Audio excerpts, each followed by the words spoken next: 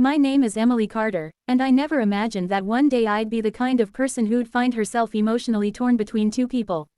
I've always been faithful, loyal, and grounded in my marriage. But sometimes, life presents moments that test your values, your heart, and everything you thought you knew about love.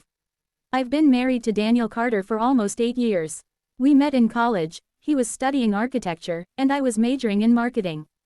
We were each other's biggest supporters. When we got married, I was 26, full of dreams about building a life together. Daniel was calm, logical, and kind, a man who loved stability and routine. At first, marriage felt like a never-ending honeymoon. We decorated our first apartment together, laughed about silly things, and dreamed of having children someday. But as the years passed, life became busier, and the spark slowly dimmed. Daniel got deeply involved in his architectural projects, spending long hours at work, while I worked my way up in my marketing firm. Then, everything changed the day Ethan Matthews joined our office. He was assigned to my team as a creative strategist. Ethan was one of those people who carried an effortless warmth. He made everyone feel seen. He wasn't flirtatious or overbearing, instead, he was genuine, funny, and thoughtful. At first, we bonded over work. Ethan had brilliant ideas, and he always listened when I spoke.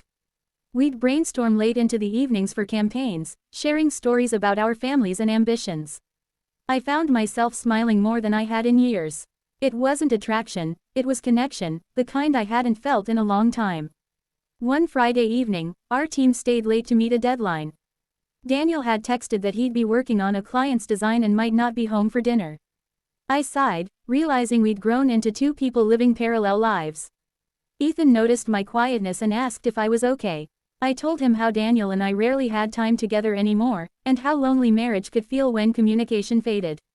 Ethan didn't judge, he just listened. "You deserve to feel seen, Emily," he said softly. "Everyone does." That night, his words echoed in my mind. Over the next few weeks, Ethan and I became closer as friends. We'd have coffee breaks, talk about books, and even share playlists. I began to look forward to going to work, not because of the projects, but because of the comfort his presence brought. Still, I knew I had to keep clear boundaries. One afternoon, my boss asked me and Ethan to lead a presentation in Chicago. It was a short business trip, just 2 days. Daniel barely reacted when I told him. "That's great," he said absently, not even looking up from his laptop. In Chicago, after our successful presentation, the team celebrated at a restaurant. Later that night, as we walked back to the hotel, Ethan thanked me for believing in his ideas. He smiled in that gentle way of his and said, "You inspire people, Emily. Don't let life make you forget that." That night, I lay awake in my hotel room, realizing I was feeling something I didn't want to feel. It wasn't love, it was emotional recognition. Ethan reminded me of who I used to be before responsibilities and silence filled my days. When we returned, I made a decision. I needed to save my marriage. I couldn't let my loneliness push me into something I'd regret. So, I started making small changes at home. I left notes for Daniel, planned simple dinners, and told him about my day. It wasn't easy at first, he was distracted and distant. But slowly, something shifted. One night, after dinner, Daniel looked at me and said, "You've been trying harder lately." I noticed. "I'm sorry I've been so absent." I felt tears in my eyes. We talked for hours, really talked, for the first time in months. I told him about how disconnected I'd felt and how I'd almost lost sight of us. He took my hand and whispered, "I don't want to lose you, Em." The next morning, I went to work and found Ethan at his desk. I told him how Daniel and I had reconnected. He smiled sincerely. "That makes me happy," he said. "You deserve love that lasts." From that day on, Ethan and I stayed friends, but with clear boundaries. We respected each other's space and choices.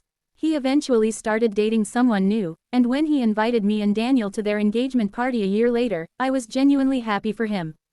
That night, Daniel and I danced under the string lights in their backyard. He held me close and whispered, "Thank you for not giving up on us." As I looked into his eyes, I realized something powerful. Sometimes, emotional temptations aren't meant to destroy you, they're meant to remind you of what you've forgotten to cherish. Love isn't always fireworks and passion, it's choosing to stay, to rebuild, to remember. And that's what I did. Today, our marriage is stronger than ever. Daniel and I still have busy lives, but we make time for each other.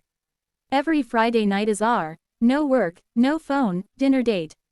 We laugh again. We dream again. And sometimes, when I think of Ethan, I silently thank him, not for stealing my heart, but for reminding me to open it again to the man I already loved.